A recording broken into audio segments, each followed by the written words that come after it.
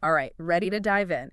Today, we're looking at DIY car care. Oh, interesting. Yeah, we've got these excerpts from an article all about this entrepreneur Okay. who built a whole business around making his own car care products. Wow, from scratch. Yeah, and get this, he started right in his garage. That's pretty cool. A real garage startup story. It is. He starts off just loving his old pickup truck. I can relate to that. But he wanted something more than what was in the stores. So what did he do? Well, that's where the garage comes in, his first lab, so to speak. I bet there were some mishaps along the way. Oh, tons. The article talks about early shampoos going wrong, wax sticking to everything, but you tease the car. Oh, I can imagine the mess. Total chaos. It's a good reminder that, even big brands, they don't start perfect. Right, it's all about trial and error. Exactly. And in that Right. trial and error phase, this entrepreneur, he found his secret weapon. It was this ebook. Oh, an ebook. What was it called? Start Your Own Car Care Products brand by Shahan Merchant. Catchy title. And here's the thing. It was only $5.51. Really?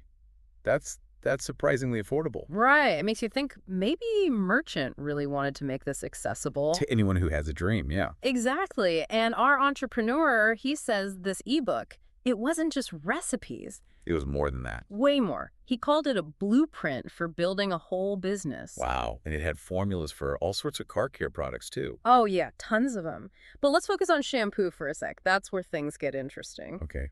What happened with the shampoo? Well, he had the formula, but getting it right, man, it was tough. What was so hard about it? Getting the thickness right, making sure it didn't leave residue, and cleaning without hurting the paint. Yeah, there's a balance there for sure. A delicate balance. He even talks about adjusting the pH and picking the right surfactants, things I never think about when I wash my car. Right, it's easy to overlook those details. He was super meticulous about the chemistry, getting it just right. It's like he turned into a chemist himself. Almost. And it wasn't just shampoo. He had a whole saga with wax.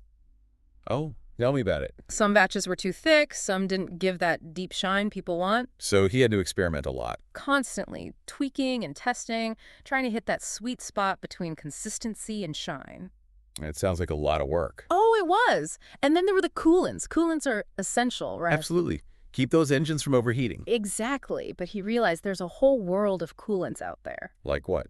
Different types. Yeah, ethylene glycol, OAT coolants, each with its own mixing challenges. I never knew coolant was so complicated. Right. You can't just mix things randomly, especially with something as important as coolant. No kidding. So he had to learn about all of that too. He did, and that's just the start. This entrepreneur story, it wasn't just about making a product. It was bigger than that. Way bigger. It was about building a business from the ground up, starting right there in his garage. That's the dream for a lot of people, turning a passion into a business. It is. And his journey from that garage, with all its messes, to a real production space, that's a whole story in itself. I can't wait to hear about it.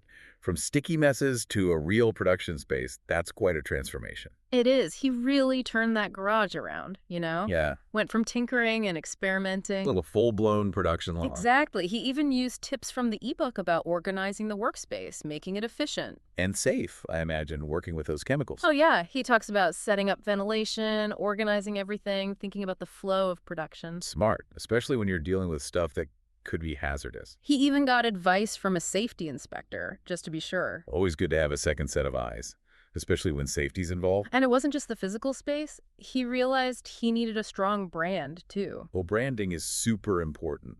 It's not just about the product itself anymore.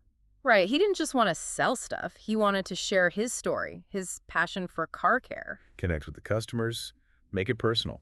That's it. He knew car enthusiasts. They appreciate that authenticity. Especially the DIY crowd. They're looking for something real. He really thought about his brand story.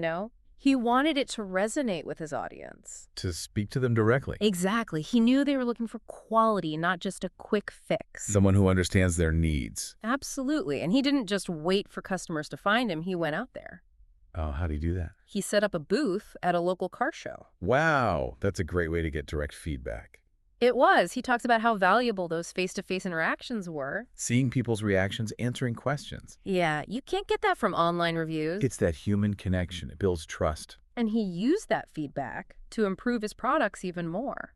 That's smart, constantly iterating. Some of the best tweaks came from those conversations at the car show. Learning from your customers, that's a key part of any business. And he was paying attention to the market, too. He noticed people wanted eco-friendly stuff.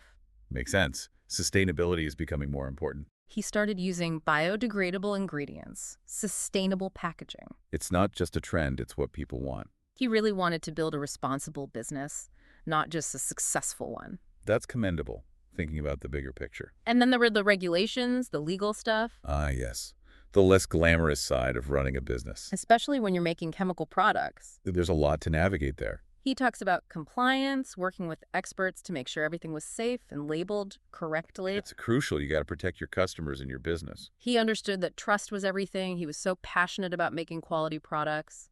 And that passion comes through in how he talks about his customers. He shares stories about people telling him how his products made car care easier, more enjoyable. Those are the moments that make it all worthwhile.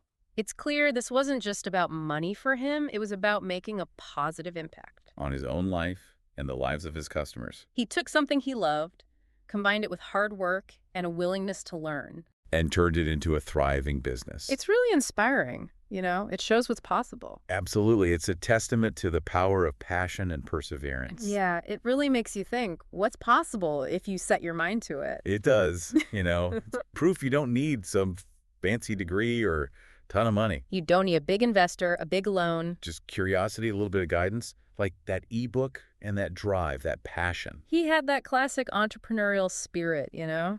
Resourceful, determined. Always learning, always adapting. That's so important, that willingness to learn. He didn't just blindly follow recipe. No, he dug deep, trying to understand the science behind it all. Why things work the way they did. Like, teach a man to fish, right? Exactly. Empower him to create something new, something better. And that knowledge, that's what let him go beyond just mixing stuff together. He could solve problems, overcome challenges, stand out in a crowded market. And don't forget that customer connection, that personal touch. He didn't just stay in his lab. He went out there, talked to people. That car show booth, that was brilliant. It was. It shows he cared about what people thought. Building that trust, that's essential. It's those personal stories, those moments of connection that make a business something special. It's not just about numbers, it's about making a difference. Creating something that brings value to people's lives. And this guy, he really seems to have done that. He found that sweet spot, passion, knowledge, and that entrepreneurial drive. So as we wrap this up, I gotta ask. What's on your mind? What are you passionate about? What makes you tick? What makes you want to learn more? Is there something you already do? A hobby? A side project? Or maybe it's just an idea, something you've been thinking about. Don't underestimate it, This entrepreneur's story, it shows us. Sometimes those unexpected passions, they can lead to amazing things. It all starts with that first step, that leap of faith. And who knows, maybe you'll create something incredible too. Maybe you'll be the next big success story. That's it for this deep dive. Be sure to subscribe so you don't miss out on our next exploration. We'll be diving into more fascinating worlds, more inspiring stories, Until next time, keep those engines running. and keep that entrepreneurial spirit alive.